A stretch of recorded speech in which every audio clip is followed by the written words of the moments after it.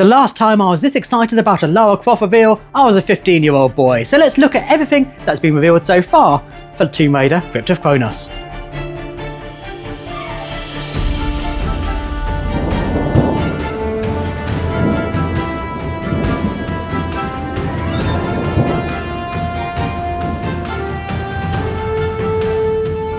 Hi, I'm Julian from BoxedMeeples, a YouTube channel all about board games. And if you happen to like board games, we post 2 videos every single week, always about board games. If that's your kind of thing, do subscribe. Now, I've mentioned board games as much as I can because Tomb Raider Crypt of Chronos is in fact a board game. Just thought I'd clarify that because I've done other videos in the past and it seems people were surprised that it wasn't the next latest Tomb Raider video game. Sadly, that has not been announced. So rather than downvote this video and put in the comments how angry you are about that, use that passionate energy to contact the developers at Crystal Dynamics and say, we want more Tomb Raider video games, let's have that please. But if you are interested in board games, stick with me as we have a look at what's been revealed so far. So yes, I have done 2 other short videos about revelations that have come up with this game, but now we've kind of got much more firm details and I've kind of pulled together all I could and put them onto some candy cards so I can tell you my thoughts. Now, some of this has been revealed by the developers at Iconic Studios. Others we can kind of guess from looking closely at the pictures that have been revealed. But we do know, excitingly, that this will be on Kickstarter on May the 27th, which is a Tuesday. And then we'll be able to find out more concrete details of what you'll be able to buy from the game, what you'll get when you do buy it, where you'll be able to buy it, what sort of different versions they've got. Essentially though, this is a miniature heavy solo adventure game. We know that much from the initial reveal and also from discussions I did with the developer at Essen. So let's have a look at some of the things that we do know for sure.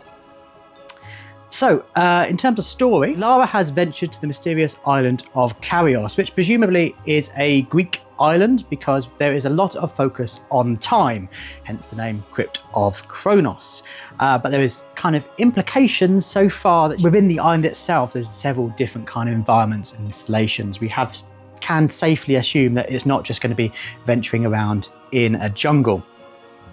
So she's there searching for the legendary Chronos artifact, a relic said to control the very fabric of time itself.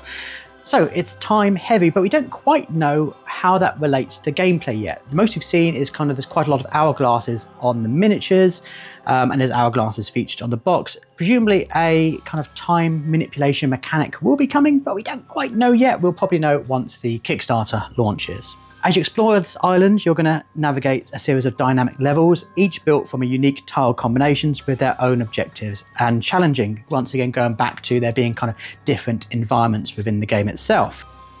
So we do know it is a dungeon crawler, but we have just now found out what kind of game mechanics there will be to move Lara around these kind of dungeons. It's going to be a dice-driven game. There's 6 multi-purpose Lara dice that are used to explore locations. You can also use those to gather resources and uncover secrets. Each dice you get in the game can be used to boost different actions. You can only use a dice once, but you can use multiple dice on the same action. So you have this decision between doing a kind of a single powerful move with Lara, be it a combat or be it investigation, or you can spread them across multiple different actions and have a kind of broader impact. And that's where the kind of strategic elements will come into. It's not a case of you just roll a dice and if you get a 6, you succeed, yay! There is a sense of dice manipulation that can be done in this game, and that's what I look for in a solo game. It's nothing more kind of frustrating than having a failure because of a bad dice roll. And let's face it, when you're playing solo, it's all too easy to go, that one I just rolled was really a 6, and then you're robbing yourself really of the fun. The balance becomes more crucial when you're in the tombs themselves, which are going to be much more puzzle focused than combat heavy, as you explore those different areas within the game. But there is combat, we do know this, and there is also a crafting system that is similar to things we've seen in the Survivor trilogy of Tomb Raider games. But you won't just be building weapons and focusing on making a more powerful weapon. You can also build your own, craft your own outfits. And if we look closely on some of the images, we can see those outfits actually hark back to earlier Tomb Raider games. We can see one from Tomb Raider 3, for example. Also, you'll be able to craft new abilities for Lara, which in itself is kind of fun. Given that kind of RPG elements, we can assume from that as you explore essentially the dungeons of this mysterious time-based island. Now, the outfits you create will have different buffs and will aid your adventure. And as we are seeing kind of this Arctic Explorer outfit, we can once again assume there's going to be a multiple different types of location within the game. And that brings us to the question of which Lara are we playing with here. The box suggests it's a classic outfit, but if you look closely, you can see a pendant, which could be the jade pendant from the Survivor trilogy. It's generally assumed there's 4 different eras of Lara. You have classic Lara from the 90s, dual pistols, and you can see those in one of the pictures. So could be classic Lara. There's Angel of Darkness Lara. The less said about her, the better. And there's obviously Legend Lara for Legend Anniversary and Underworld, and obviously more recently the Survivor trilogy. And when we see Lara in other kind of video games, it's usually a parody of one of those different eras. But we do know Crystal Dynamics are talking about unified Lara going ahead in their new video games, and I think that's who we're looking at here. There's traits of all of the different eras of Lara melded into one glorious Lara. So I think we are on that path. And it certainly nods to, obviously, we see the dual pistols. Also on that image, we see there's a bow and arrow from the Survivor trilogy, and we've seen outfits from the classic. So yes, it seems to be ticking every single Tomb Raider box. Whether that's a good thing or a bad thing, I'll leave up to you. I know lots of people would prefer it to be, you know, the original Lara. And who's not to say there's not going to be options in the Kickstarter down the road. I don't know anything for sure, you know, which give you ability to play minis that reflect different eras of Lara. That's a possibility. Or if you're a painter, you can of course just paint them to look like the Lara that you prefer. You're going to be coming up against classic foes. We've seen that in some of the miniatures we've seen. The main antagonist of the game we know is Natla. That was kind of accidentally revealed straight away when you could zoom in close on the helicopter and see the name Natla.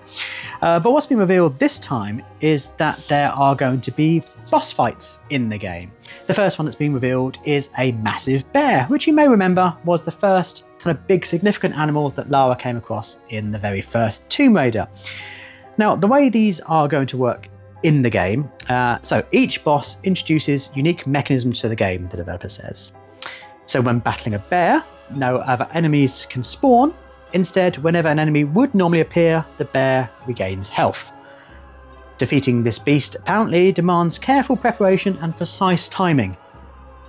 You could hold back your resources to avoid its attacks, and then when the moment is right, do a big mega attack. We're using perhaps all your dice to defeat it. And as the different bosses get introduced, presumably they're going to add different complexity and different strategies that you need to employ against them.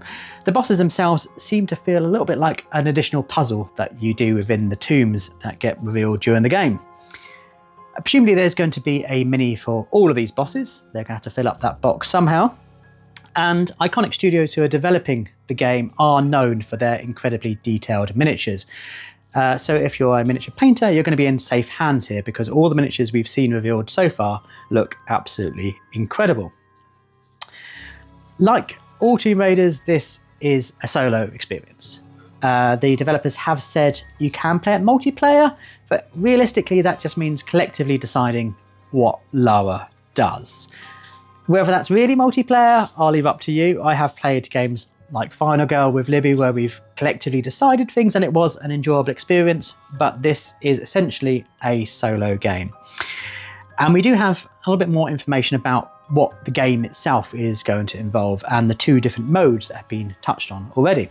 So there is the Adventure Book mode, which provides structured, story-driven experiences guiding you through crafted narrative scenarios that challenge your skills and strategic thinking.